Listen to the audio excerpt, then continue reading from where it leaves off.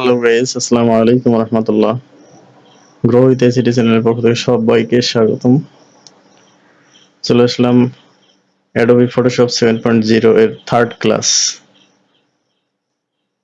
তৃতীয় ক্লাসে আমরা আজকে দেখব কিভাবে ছবি প্রিন্ট করতে হয় আর পেজে কিভাবে সাজাইতে হয়। তো চলুন বন্ধুরা, আর দেরি করবো না, চলে যাব আমাদের মূল ভিডিওতে। আমরা ফটোশপ 7 ওপেন করব।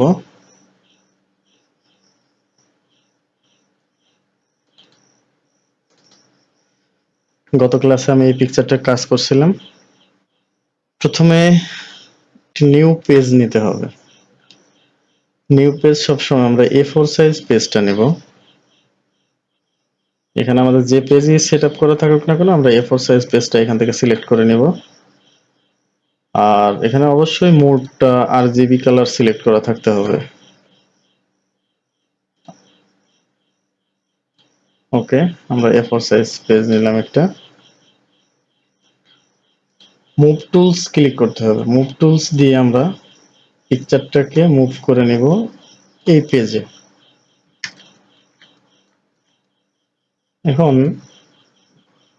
যেহেতু আমার ব্যাকগ্রাউন্ডটা হোয়াইট কালার, এর জন্য আমাকে কি করতে হবে, আমাকে স্ট্রোক দিতে হবে। স্ট্রোক দিলে বোঝা যাবে যে আমার উপরে কতটুকু আর সাইডে কতটুকু আছে।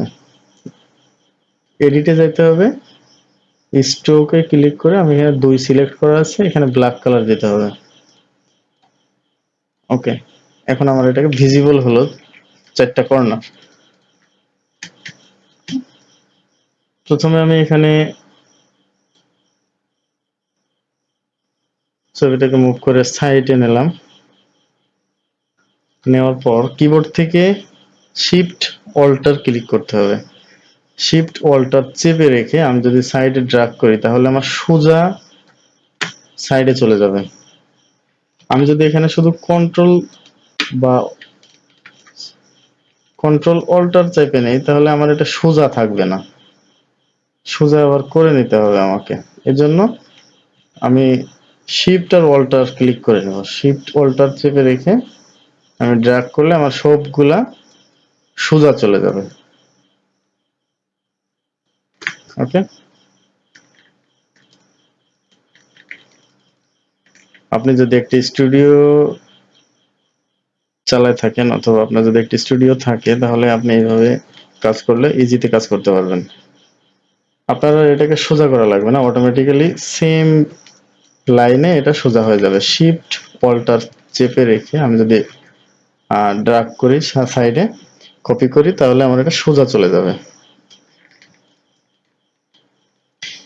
এখন আমি যদি এটাকে টোটালটাকে আবার নিচে আনতে চাই, সেক্ষেত্রে আমার কি করতে হবে, কন্ট্রোল শিফট ই ক্লিক করতে হবে। কিবোর্ড থেকে কন্ট্রোল শিফট ই। কন্ট্রোল শিফট ই দেওয়ার অর্থ হলো, দেখেন আমার লেয়ারের এখানে কতগুলা লেয়ার আসছে এখানে। আমি যদি কন্ট্রোল শিফট ই দেই তাহলে সবগুলা একটা লেয়ারের মধ্যে চলে আসবে। কন্ট্রোল শিফট ই যদি দেই তাহলে এখানে একটা লেয়ার চলে আসলো। একটা লেয়ার চলে আসলে এখন কি হবে, আবার শিফট আর অল্টার চেপে রেখে আমি যদি নিচের দিকে ড্র্যাগ করি তাহলে আমার সবগুলো পিকচার একসাথে মুভ হচ্ছে, কপি হচ্ছে। এভাবে আমি কপি করতে পারবো। এখন দোকানে সবসময় যে ছবিগুলা বেশি প্রিন্ট হয় সেগুলো হচ্ছে passport size, stamp size. Passport size এর মাপটা হলো, মেজারমেন্টের অপশন আসবে, আমি যখন ক্রপে ক্লিক করব, ক্রপে ক্লিক করে এখানে 1.5 1.85 রেজুলেশন অবশ্যই সবসময় 300 থাকতে হবে। এখন আমি যদি একে স্ট্যাম্প সাইজ করতে চাই তাহলে আমি এখানে শুধুমাত্র 150 দিয়ে দেব। 150 দিয়ে ক্রপ করলে আমার এটা, আমি এবার মুভ করে দেখি কতটুকু হলো। হ্যাঁ, এটা আমার স্ট্যাম্প সাইজ হয়ে গেল। এটাকেও আমি সেম ভাবে স্ট্রোক দিয়ে দিব, তাহলে আমার বর্ডারটা বুঝতে সুবিধা হবে যে আমার সাইডে কতটুকু জায়গা আছে। সেম ভাবে শিফট প্লাস ওয়াল্টার চেপে রেখে আমি যদি এদিকে ড্র্যাগ করি সোজা আমার এটা কপি হবে।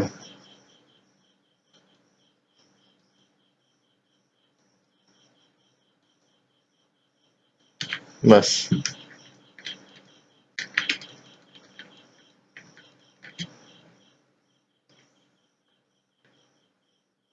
এখন আমাদের এটাকে প্রিন্ট করতে হবে। যেহেতু আমার এখানে প্রিন্টার সেট আপ করা নাই, আমি তারপরও প্রিন্টের সেট আপটা আমি দেখাই দিব। ফাইলে যে page set up, print with প্রিভিউতে যাবো আমরা সবসময়। Print with preview. দেখেন এখানে মনে হচ্ছে যে আমার পিকচারের মাথাটা কেটে গেছে। আমি এখান থেকে সেন্টার ইমেজের টিকটা উঠাই দিব। সেন্টার ইমেজের টিকটা উঠাই দিয়ে আমি এখান থেকে সব জিরো করে দিব, এটাও জিরো করে দিব। তাহলে এখন কি হলো, আমার সেন্টার চলে আসলো।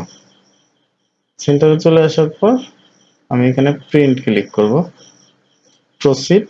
এখন এখানে আমার যদি প্রিন্টার থাকতো তাহলে আমার এখানে প্রিন্টারের নাম দেখাতো। প্রিন্টার যেহেতু নাই, আমার এখানে নাম দেখাচ্ছে না। প্রিন্টার সিলেক্ট করে দিয়ে প্রপার্টিসে যে আমরা ওখানে পেজ চেঞ্জ করে ফটো ফটো পেপার, ওখানে কিছু পেপার আছে, পেপারের নামগুলো আমরা দেখাই দিতে পারতাম। যেহেতু আমার প্রিন্টার নাই সেহেতু আমি এটা দেখাতে পারতেছি না এই মুহূর্তে। তো 3টা ক্লাসের মধ্যে আমি একটা পিকচার ফটোশপে এনে কিভাবে কাজ করে কিভাবে প্রিন্ট করা পর্যন্ত আমি দেখানোর চেষ্টা করেছি। এর মধ্যে যদি কোনো কোথাও বুঝতে সমস্যা হয় বা বুঝতে পারতেছেন না, অবশ্যই কমেন্টস করবেন, আমি অ্যান্সার করবো ইনশাল্লাহ।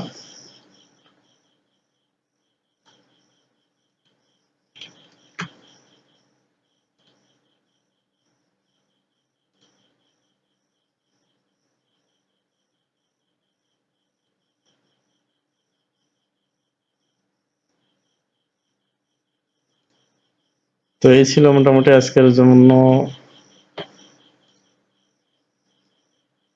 তৃতীয় ক্লাসে। আজকে এই পর্যন্তই। সবাই ভালো থাকবেন, সুস্থ থাকবেন, আল্লাহ হাফেজ।